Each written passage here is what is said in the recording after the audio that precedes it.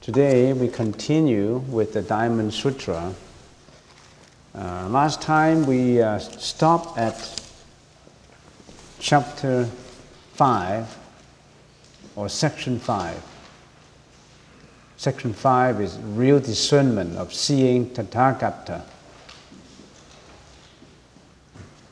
In the Chinese language is 如理实践分第五.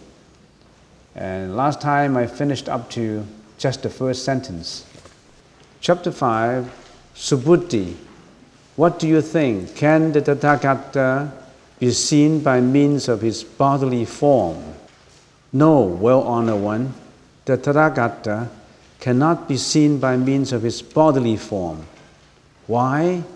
Because when the Tathagata speaks of bodily form, it is not real form. The Buddha said to Subhuti, everything with form is unreal.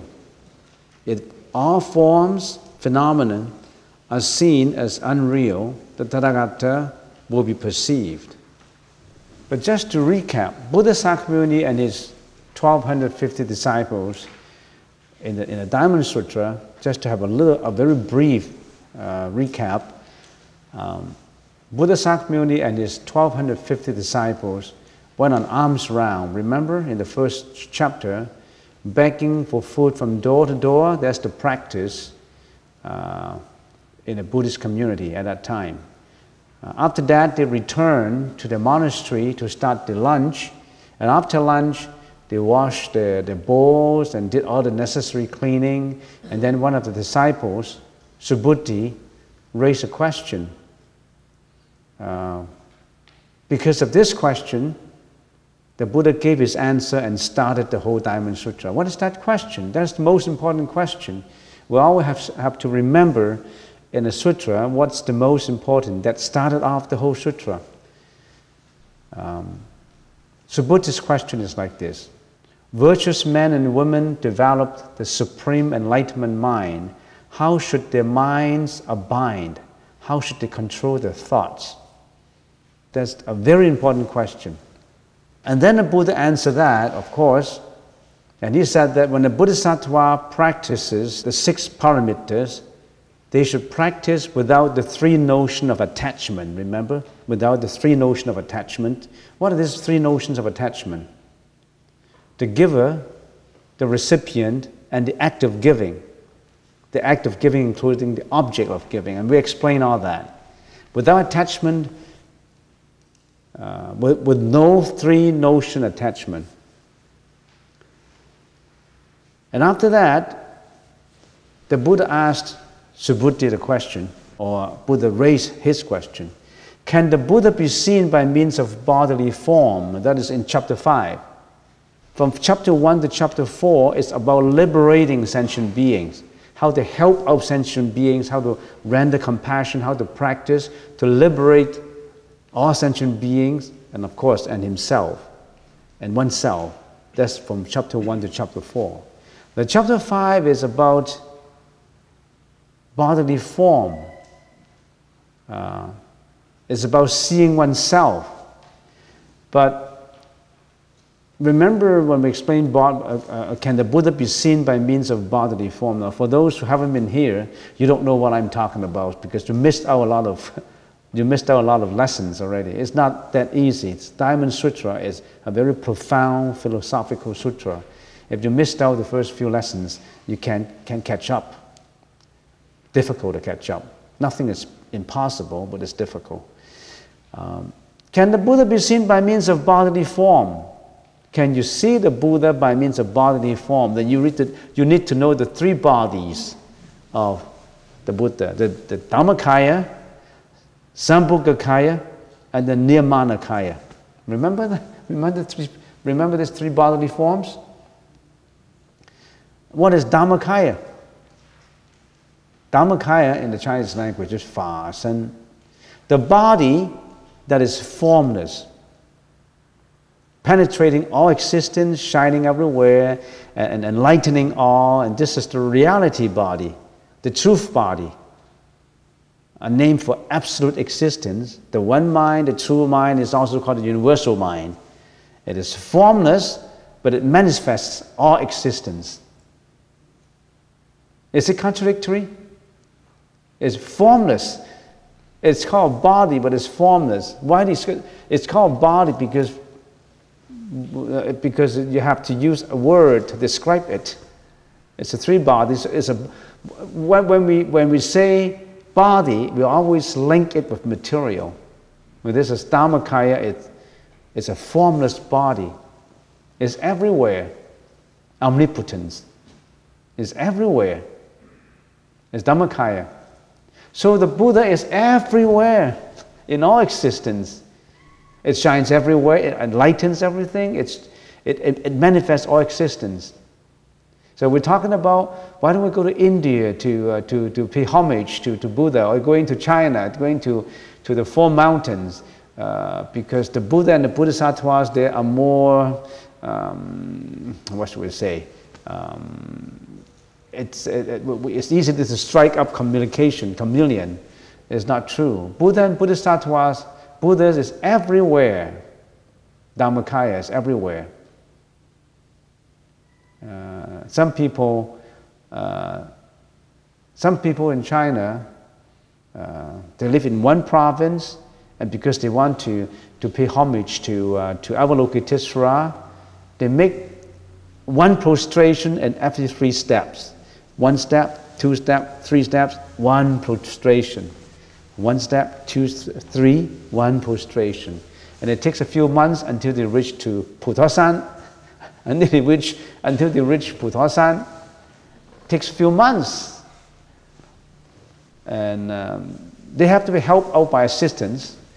There could be 2 friends, one carrying food and the other carrying water. And when he's thirsty, give him water. When he's hungry, give him food. And so that he do all this prostration for months before he reaches Putosan. And if he thinks that Avalokiteshvara, the Avalokiteshvara in Putosan is better than his own Bodhisattva at home, he has made a mistake. Because Buddha is everywhere. It's the same. So that's the Dhammakaya. Don't think about going homage to anywhere. It's at home. The most closest to you.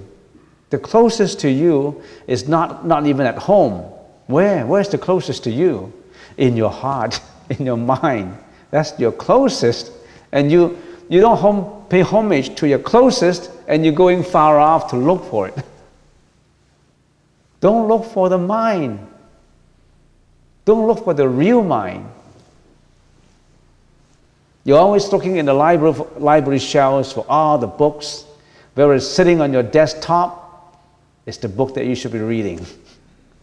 When you don't read that, you always think that particular book is always not in your hand. There's always treasure outside. But the treasure is not outside. The treasure is in your mind. You always think that the other center is better. You shop from one center to another center for meditation, and you shop from one tape to another tape, one book to another book, until you're exhausted, until you give up. So, that's the Dhammakaya. You must know the Dhammakaya. And then the Sambhogakaya. What is Sambhogakaya? The reward body. This is the embodiment of purity and bliss. The reward body can only be seen by Bodhisattvas. We can't see the reward body of the Buddha. Only Bodhisattvas can. 受用身, 也有自受用身, 他受用身, Sambhogakaya. And then the Nirmanakaya. This is the physical body, the body of transformation, by which he appeared in any form, seen by sentient beings. And this body contains 32 meritorious attributes, and 80 minor characteristics. You can all search that up in the Buddhist canons. 32相80随行号 32 meritorious attributes. One of these 32, the hair is always curling upwards. A set of 42 teeth. You count your own set of teeth, you will have less than 42, but the Buddha has 42 teeth. And the soul is all flat. Our soul is not flat. And the hands is touching the kneecaps. When we stand up, our hands can't touch the kneecaps. So there's 32 physical characteristics, meritorious characteristics, attributes to the Nirmanakaya. Why do we have these special features? Because the physical body looks different because of all the merits that the Buddha have accumulated for eons of time. He accumulated all these meritorious deeds, and he come up with that. The sound, for example, the emanating of the light, and many 32 attributes. Look that up in the Buddhist canon. It contains all the good features about a body, the nose, the ears, the eyebrows, and all that 32 characteristics, special meritorious characteristics, and 80 minor ones. So altogether, 32 plus 80, it's 112? No, 112 meritorious attributes. If you are the Buddha, you contain all that in your physical form.